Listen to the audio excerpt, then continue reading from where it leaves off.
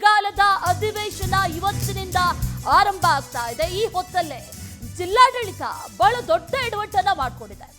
ಅಧಿವೇಶನದಲ್ಲಿ ಇಬ್ಬರು ಮಾಜಿ ಸಿಎಂಗಳಿಗೆ ಆಸನವನ್ನ ಮೀಸಲಿಟ್ಟಿದ್ದಾರೆ. ಸದ್ಯ ಸಂಸದರಾಗಿದ್ದಾರೆ ಇಬ್ರು, ಆದ್ರೆ ಇಬ್ರೂ ನಾಯಕರಿಗೂ ಕೂಡ ಆಸನವನ್ನ ಮೀಸಲಾಗಿಟ್ಟಿದ್ದಾರೆ.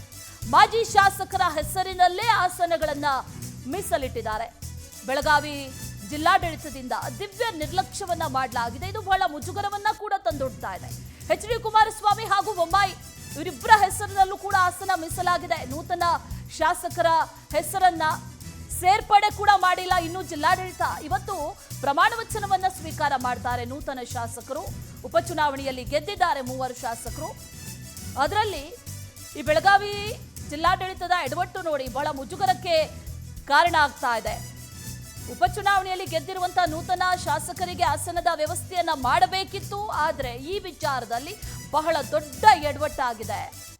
ಮಾಜಿ ಮುಖ್ಯಮಂತ್ರಿಗಳಿಗೆ ಆಸನ ವ್ಯವಸ್ಥೆಯನ್ನ ಮಾಡಿದೆ ಬೆಳಗಾವಿ ಜಿಲ್ಲಾಡಳಿತ. ಬಹಳ ದೊಡ್ಡ ಎಡವಟ್ಟನ್ನು ಮಾಡ್ಕೊಂಡಿದೆ. ಅಲ್ಲಿ ಗಮನಿಸ್ತಾ ಇದ್ದೀವಿ ಬಸವರಾಜ ಬೊಮ್ಮಾಯಿ, ಎಚ್.ಡಿ. ಕುಮಾರಸ್ವಾಮಿ ಇನ್ನೂ ಕೂಡ ಅಪ್ಡೇಟ್ ಆಗಿಲ್ಲ, ಇನ್ನೂ ಕೂಡ ಅದನ್ನ ಬದಲಾವಣೆ ಮಾಡಿಲ್ಲ. ನೂತನ ಶಾಸಕರ ಹೆಸರುಗಳನ್ನ ಕೂಡ ಹಾಕಿಲ್ಲ, ಹಳೆಯದೇ ಇದೆ ಅನ್ನೋದನ್ನ ಕೂಡ ಗಮನಿಸ್ತಾ ಇದ್ದೀವಿ.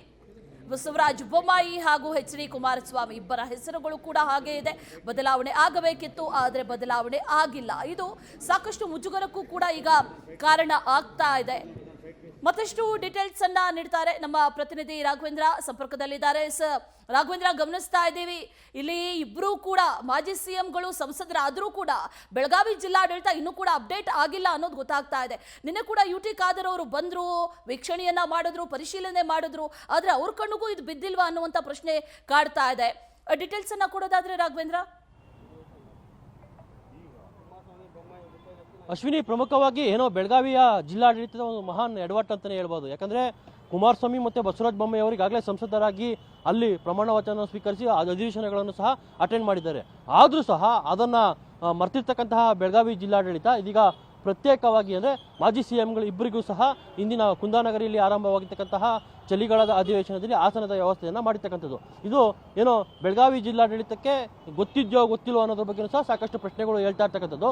ಪ್ರಮುಖವಾಗಿ ಇವತ್ತು 3 ಜನ ನೂತನ ಶಾಸಕರು ಪ್ರಮಾಣ ವಚನವನ್ನು ಸ್ವೀಕರಿಸ್ತಾ ಇದ್ದಾರೆ. CP ಯೋಗೇಶ್ವರು, ಪಟಾಣು ಮತ್ತು ತುಕಾರಾಮ್ ಅವರ ವೈಫ್ ಅನ್ನಪೂರ್ಣೇಶ್ವರಿ ಏನಿದ್ದಾರೆ ಅವರು ಒಂದು ಪ್ರಮಾಣ ವಚನವನ್ನು ಸ್ವೀಕರಿಸ್ತಾ ಇದ್ದಾರೆ.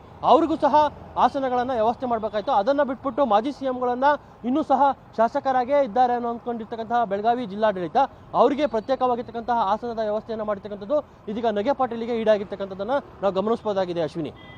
Right Raghavendra, thank you ಡೀಟೇಲ್ಸ್ಗೆ.